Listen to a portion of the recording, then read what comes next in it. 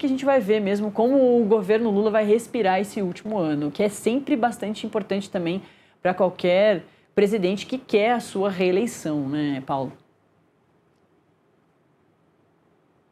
É muito importante a avaliação de governo do Lula. Ela oscilou, né?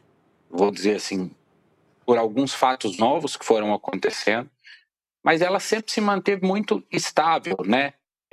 Você não tem grandes mudanças, a não ser esse começo de 2025, e que depois foi estabilizado de novo, que mostra um cenário de um país muito polarizado, né? As pessoas ainda escolhem se aprovam ou não o governo muito também pelo emocional, né? Muito mais do que estão vivendo. Então, nós não tivemos muitos fatos que abalem esse emocional. Pelo contrário, o Lula soube explorar muito bem as narrativas para poder consolidar a militância dele, né? A base de apoio dele, para manter essa aprovação de governo dele.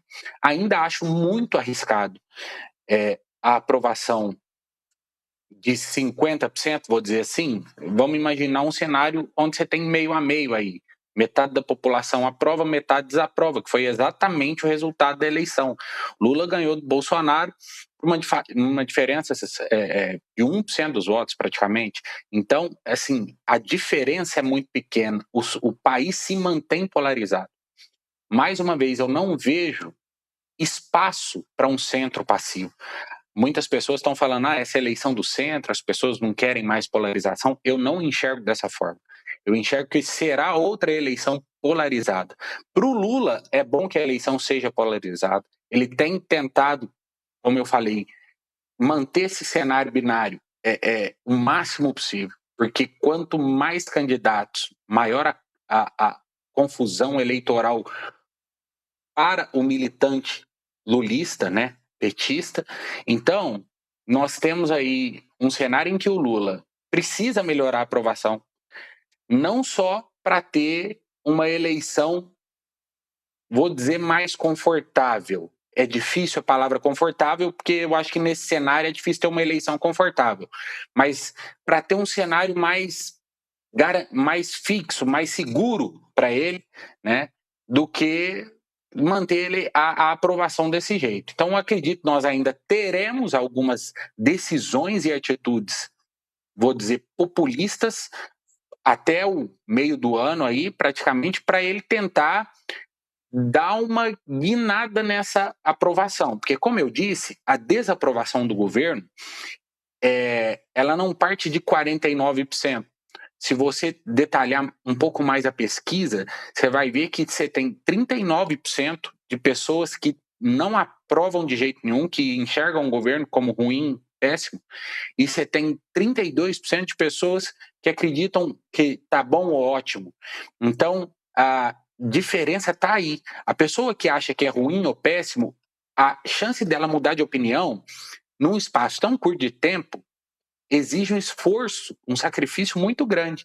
Então, nós vamos precisar entender o que é que o Lula vai fazer para tentar diminuir esse dano, porque se ele pega um candidato com pouca rejeição, ele corre um risco muito grande e vai acabar tendo uma eleição muito conturbada, né, internamente para ele. O objetivo dele nesse ano é, com certeza, diminuir a desaprovação do governo. É isso. E isso que você está falando, né, Paulo, é pegar ali os votos dessas pessoas que podem estar indecisas, que estão ali mais nesse meio, não exatamente no centro político, mas que estão nesse meio entre lulismo e bolsonarismo. Falando neles, né, nos dois movimentos, vamos lá então para os recortes dos candidatos do Lula, que aí figuram como ele mesmo, e do Jair Bolsonaro. Ele já disse que quem será o candidato dele é o Flávio Bolsonaro, e Flávio Bolsonaro vem melhorando, né? Vem performando bem, pelo menos bem melhor de quando ele é anunciado lá atrás. Aqui, acho que em relação ao Flávio Bolsonaro, talvez nem valha tanto a gente voltar tanto ali para maio de 2025, porque todos membros ali da família do ex-presidente Jair Bolsonaro eram testados. Mas o que mais importa para a gente aqui é a partir do momento em que ele realmente é colocado como candidato, né? E se ele melhora nas pesquisas. Ainda está cedo, mas ali ainda em novembro de 2025, quando ele ainda não tinha sido colocado oficialmente por Jair Bolsonaro como candidato, ele aparece quase, não pontua ali, né? Aparece em 0. E aí que a coisa começa a mudar em dezembro de 2025. Em dezembro de 2025, ele é o candidato de Jair Bolsonaro e já pula de 0 para 5. Depois de dezembro de 2025, agora para janeiro, é uma mudança pequena, mas pode mostrar um caminho de crescimento. Ele chega a 7%. Isso é na intenção espontânea, né, de voto. Flávio Bolsonaro, portanto, com 7%. O presidente Lula variando também, mas principalmente agora no final, nesses últimos 2 meses, mantém os 19%. E o que você comentou mais cedo, Paulo, olha o número de indecisos. 68% de indecisos. Lá em maio de 2025, as pessoas estavam ainda mais indecisas, estavam em 75%. Aí cai, elas começam a pensar ali mais sobre as eleições e agora se mantém num número gigante de quase 70% de indecisos. Acho que esse também é um ponto interessante da gente analisar. Vamos para a próxima? Antes de eu passar para o Paulo de novo, para a próxima tela, por favor.